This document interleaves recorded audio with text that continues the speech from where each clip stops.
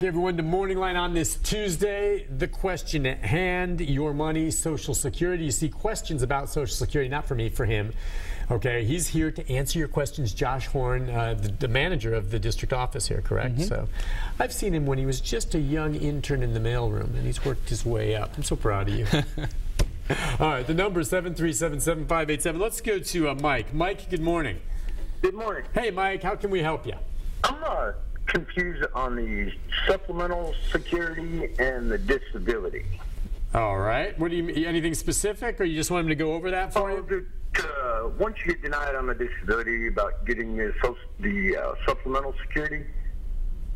Yeah, basically, I think I understand your question, but basically we administer two different disability programs, and one of them is the Social Security Disability Program, and the other one is the SSI, or Supplemental Security Income Disability Program. And the rules for being disabled, as far as being 100% expected to last for a year or longer, is the same on both of them. So in both cases, we send it over to the Disability Determination Office, and they make that decision for us.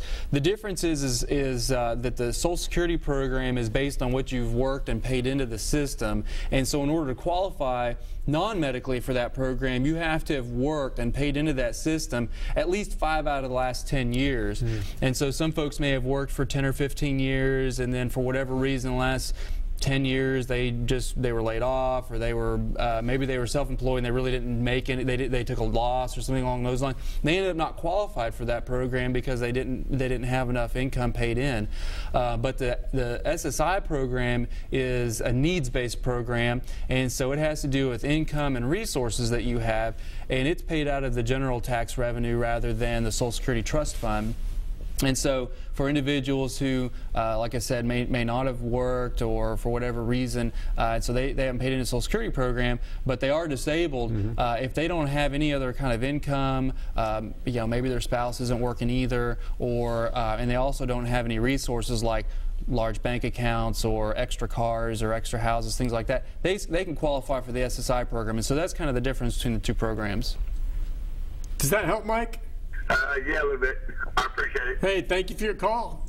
Lines open, 737-7587. I know I hit on this before with you, but on the 100% disability a year and all that, I'm trying to get a handle on. First of all, clearly you cannot tell someone's disabled necessarily by looking at them, okay? Right. And that's in fairness. Some people say, oh, he doesn't look disabled. Why is he getting benefit? But on the other hand, you know, I sometimes wonder, it's also coming down to the work, right? When you say disabled, does that mean that you are someone who is bedridden and confined to a room and can't get out and can't even walk? Or, you know, are there some jobs you can do? If it's a job where you're a professional and you can no longer do that job, but do you look and say, well, he can't do that anymore, but he could word process or something, as opposed to loading crates onto the truck? I mean, there's some subjectivity here. I mean, because a lot of people maybe still technically could do some work, I sense, but it's maybe something they're not trained in, or they can't sustain it for a period of time. How do you determine that? Yeah, that's a fantastic question, because there are a few factors that they take into consideration when they're trying to decide if you're disabled or not. They take into consideration your age, your education, your past work experiences. Right. So if you've worked for 30 years in some kind of factory setting where you've only done one thing and that's all you've ever done, and maybe you didn't go to college or anything like that, and then you end up disabled, they're going to take that quite a bit differently than somebody who has a master's degree that may be 30 years old and is disabled from doing what they were doing before, but they have a lot of capacity for learning other things. Great. That's a great example. Good. Yeah, okay, so looking at the education, so you try to establish what type of jobs they might be able to get, meaning, all right, this person's disabled, can't do what he was doing or she was doing, but do they have the capacity to do anything else? And that could be based not just on whether or not they physically can handle it anymore, mentally. It could also be their education background. And if they didn't have an education, I went to college, so besides journalism, I had a well-rounded degree that I think maybe helped open up opportunities for me. So if I lost this job, there's something else I might be able to do based on my education. So in a way, you would argue the individual who's more educated, perhaps, will have a more difficult time getting the disability?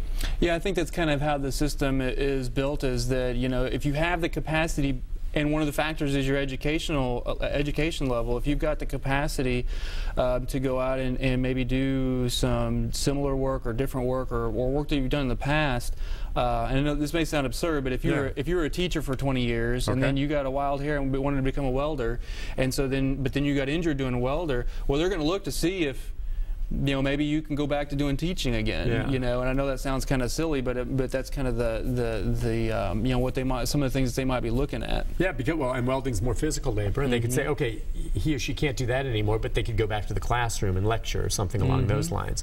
And then the other part of it is, once someone does qualify for disability, we get calls like this sometimes where they think, I want to give it a shot to see. Maybe I should try going again, but I'm terrified of failing and losing my benefit.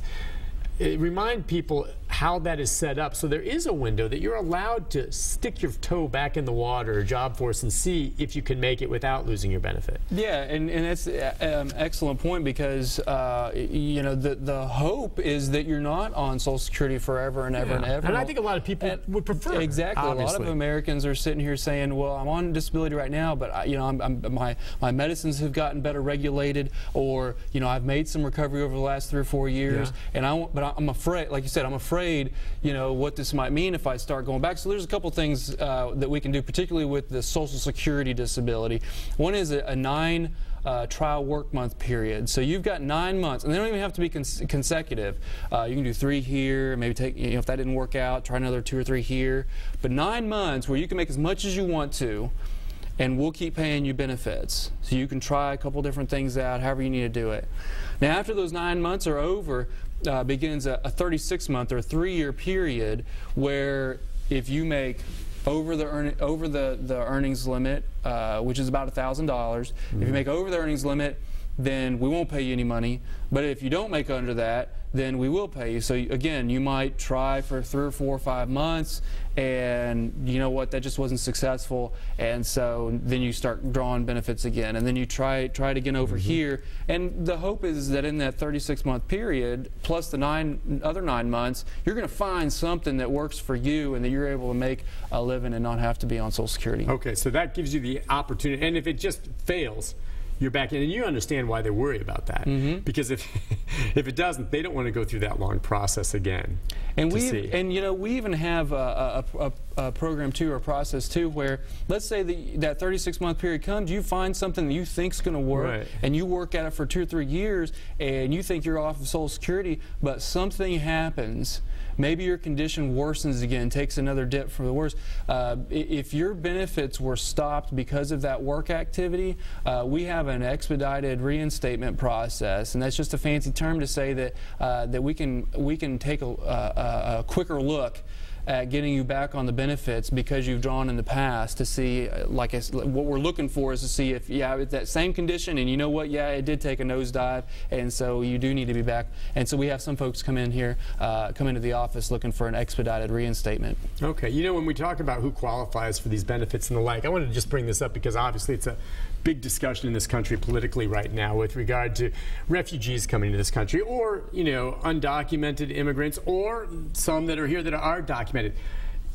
Okay, who can they draw, right or wrong, on Social Security disability if you are a political refugee that comes into this country? Or what kind of proof do you have to show to be able to draw? Do you have to be an American citizen? I know for some of it you have to have had a job to pay in to get something, but as you said, there are other benefits where if someone's completely disabled, they never paid in and they get something. So if you'd answer that for some folks, because a lot of people say, oh, well, these people are coming in and taking our benefits, blah, blah, blah, blah, blah. And I find that's not entirely true. Well, particularly with Social Security, I mean, you have to pay into that system and pay into it for an extended period of time. We mentioned with disability, it has to be 5 out of the last 10 years, and then with retirement, you have to work at least 10 years to draw anything. And if you only work 10 years, it's going to be just a little bit. And then you have to be paying in on a particular Social Security number. So if somebody comes in and maybe they're using a fake Social Security number, or they're not using a Social Security number, number or they're not paying taxes, I mean, they're not going to get any kind of Social Security benefits because there's no Social Security number that they're... Now, to have a Social Security number, you would have to be a documented refugee or immigrant or an American citizen. And some of those, so you could have a Social Security number and not be an American citizen. You could be one that came over and is going through the process, right? Right, exactly. But now, with the SSI program, which again is based on that needs-based, occasionally they do approve certain types of refugees and things like that, and so that's kind of a case-by-case scenario. But with the Social Security, which is a lot of what a lot of you hear kind of the outcries of whether they're taking my retirement or something like that. Right. Well, that's not entirely true because the undocumented workers or things like that, they're not paying. They don't have a Social Security number that they're paying on, or they're using a fake one, and so Could you make the argument then that if their employer, by following the law, is withholding taxes from them if they're working for them and they're undocumented, they're not claiming that in any way? That goes into the pool. They're putting money in that they can't even draw on. Yeah, that's where it gets a little sticky about what's law enforced and what's not. Well, yeah, how do you do it? What did the employer know about? But we do have occasionally folks that come in and they say, why are these extra wages on my Social Security number? And in certain scenarios, we actually have to manually remove some wages from a particular record if for some reason the Social Security number was not being used correctly.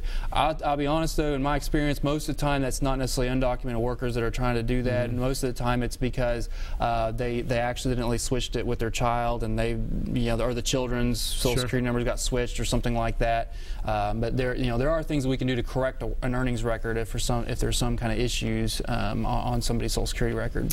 Let's go to Ben. Ben, good morning. Good morning. Hey Ben, how can we help you? My question is, if you're over 62, between 62 and 66, and you're working but you have to go on disability, will you get the full disability rate, or will they force the rate that you would be at that age? Yeah, that's a great question. And so if you file for disability under your full retirement age, then it will be your full retirement age amount. The disability amount, no matter what age you are, is the same number as your full retirement age Social Security amount. Now, what we see occasionally is somebody starts drawing at age 62, and then they draw for a couple of years, so they're 64, and then they become disabled. So they've drawn 2 years of a reduced retirement. Then they become disabled before their full retirement age, and so then it's kind of modified. Basically, we go ahead and leave on there those 2 years worth of reduction factors, but you actually get a couple years worth of reduction factors back, and so those are kind of some sticky, and those aren't real common, but I'm that just happens curious, sometimes. who are the?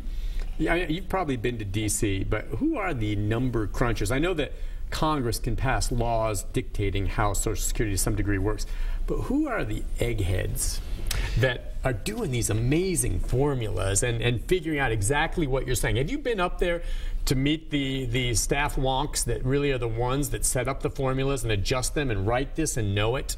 Well, I tell you, more and more they're programmers is who they are. They're programmers, because it's all system. But to come up with the guidelines, I know Congress gives the leadership as to where to go, but then to these formulas and stuff. I mean, man. Because just what you described there. Can, yeah, and I am very, very grateful for modern technology. Yeah. It does greatly reduce the error rate because back in the day before the modern calculators and so forth, we had more and more incorrect computations, and that caused underpayments and overpayments and all kinds of problems. But now I'm not saying it never happens, but fortunately we have those computer programs that take what you call the eggheads or the people up there in Baltimore. Job. Someone has to have the formulas even though to input into the programs. Yeah. I'm just saying someone who sets up the whole methodology. I mean, the Social Security law must be a stack. It's pretty thick. Let's take a break. When we come back, Virginia and Bessie and others, stay where you are. We'll get to your phone calls right after this.